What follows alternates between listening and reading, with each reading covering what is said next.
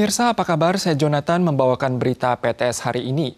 Polres Desa Sin'i dan Satgas Khusus Nanto menahan 3 PMI yang kehilangan kontak di Desa Sin'i tanggal 10. Mereka diduga menyelinap ke daerah pegunungan setempat untuk mencuri kayu. Polisi juga menyita 3 senapan rakitan di lokasi kejadian.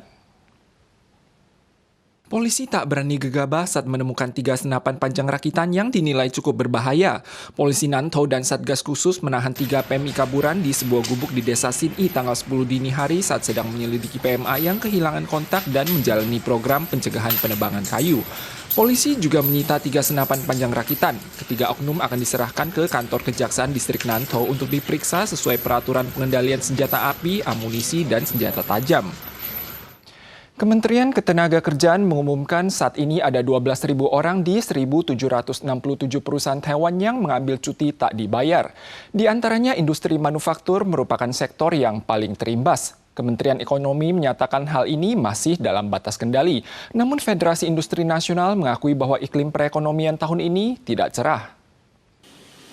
Menurutnya, pesanan ekspor baru-baru ini membuat banyak industri manufaktur menerapkan cuti tak berbayar. Tapi perusahaan Sekrop dan Mall di New Taipei ini, meski tidak ada pesanan, masih belum menerapkan cuti tak berbayar demi kehidupan karyawannya. 我周边就有好几位放3天、放4天都有啊，我们也是有影响啊。我们只是说尽量让员工有工作做这样子，补班就没有。 Statistik terbaru Kementerian Ketenagakerjaan menunjukkan saat ini ada lebih 1.000 perusahaan dengan sekitar 12.000 pekerja sedang cuti tak berbayar. Di antaranya, industri manufaktur memiliki kondisi terparah dengan total lebih 5.000 orang mengalami cuti tak berbayar. Menteri Ekonomi Wang Meihua menyatakan bahwa situasi masih dalam lingkup kendali dan akan mendorong transformasi perusahaan.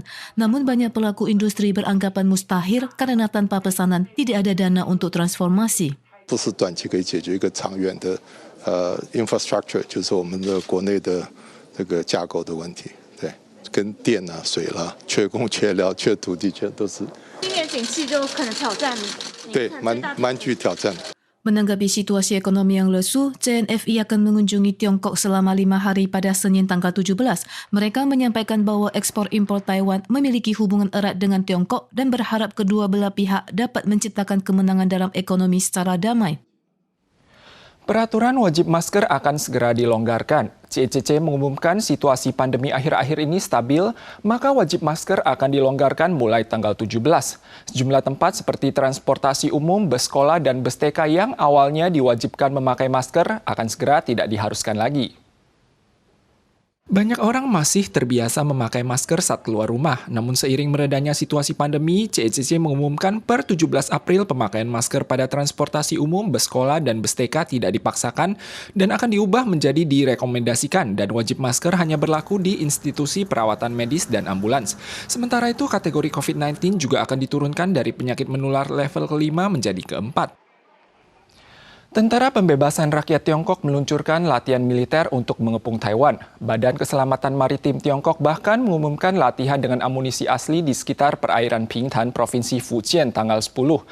Pakar menyatakan Tiongkok hendak menggunakan video simulasi fiktif dan real terkait peluncuran rudal ke Taiwan untuk melakukan perang kognitif dan memicu kepanikan rakyat Taiwan. Tiongkok melakukan latihan militer di sekitar Taiwan selama 3 hari berturut-turut. TPR bahkan melakukan latihan dengan amunisi asli di perairan Changjiang-Ao Pingtan yang dekat dengan Taiwan. Namun, wartawan Reuters menemukan turis di Pingtan sama sekali tidak terpengaruh oleh latihan militer dan tetap berfoto seperti biasa. Nelayan setempat juga tetap memperbaiki jaring ikan seperti biasa. 有很多那种军事演习啊，或者有啊有。很多吗？偶尔吧。会影响到正常生活那种吗？不会。我主要来这个地方的目的是想着能不能看见台湾。 Bukan hanya masyarakat di Pingtan, wartawan AFP yang berkunjung ke Machu juga melihat penduduk dan turis beraktivitas seperti biasa, tetapi mereka semua menegaskan harapan damai di kedua sisi selat Taiwan. TPR masih saja mengirim jet tempur mengusik Taiwan yang bahkan melewati garis tengah selat dan merilis video simulasi serangan rudal ke Taiwan.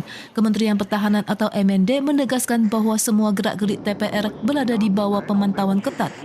Selama latihan militer, Tiongkok juga menyebarkan banyak berita palsu di internet. Dalam beberapa hari terakhir, berita palsu bahwa Taiwan telah dikepung membanjiri Twitter. TPR juga dikabarkan telah tiba di gerbang masuk Taiwan di PTT. Tetapi semua kabar ini telah disemprot netizen sebagai berita palsu. 中国大陆对台湾这作战是一直不断的进行，透过他们的一些影片，对内、对外、对国际的宣传，也可以达到它的效果。这样的一种武吓，当然也会对台湾造成一股混淆视听啊。 Pakar mengingatkan bahwa latihan militer pasti akan memengaruhi pemikiran masyarakat Taiwan. Perang kognitif yang menggabungkan kenyataan dengan fiksi ini mungkin akan menimbulkan kepanikan domestik dan salah informasi di mata internasional. Untuk itu, rakyat Taiwan diimbau untuk waspada dan tidak terpengaruh oleh video yang diedarkan TPR. Seorang wanita Muslim di Iran meninggal tahun lalu setelah ditahan oleh polisi syariah karena tidak mengenakan jilbab.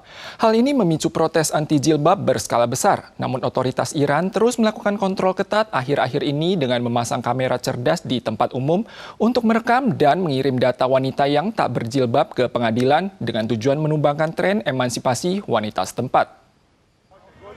Ada sebagian perempuan berhijab sesuai ketentuan, tetapi ada juga yang menampakkan rambut di bawah kerudung. Masih banyak orang yang mengabaikan hukum hijab di Teheran, ibu kota Iran. Namun media pemerintah Iran menyampaikan bahwa pihak berwenang akan mulai memasang smart cam di tempat umum dan wanita tak berhijab akan menerima pesan peringatan. Polisi mengatakan penerapan sistem baru akan membantu mencegah pelanggaran hukum hijab.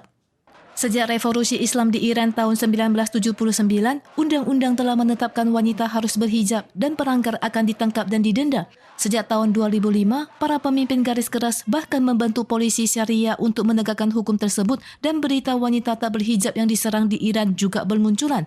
Media Asia melaporkan bahwa ada seorang pria melemparkan makanan ke dua wanita tak berhijab pada minggu lalu. Meskipun ketiganya ditangkap polisi, wanita tersebut ditangkap karena melanggar hukum hijab. Kepolisian Islam menyatakan bahwa hijab adalah salah satu fondasi peradaban negara Iran, maka meminta dukungan untuk menegakkan hukum dimulai dari perindustrian. Pada September 2022, seorang wanita Kurdi berusia 22 tahun yang ditangkap karena tak berhijab meninggal dalam tahanan. Hal ini memicu serangkaian protes massal berskala besar, terutama di perkotaan. Banyak wanita yang demo di bawah ancaman tahanan polisi. Puluhan ribu orang telah ditangkap sejak pecahnya protes. Meskipun pada Maret tahun ini, pengadilan Iran telah memberikan amnesti pada 22.000 pendemo, kelompok garis keras masih saja menuntut pemerintah untuk meningkatkan pengontrolan. Para pemirsa sekalian, sekian warta berita dari PTS. Kita soal lagi di lain kesempatan. Terima kasih.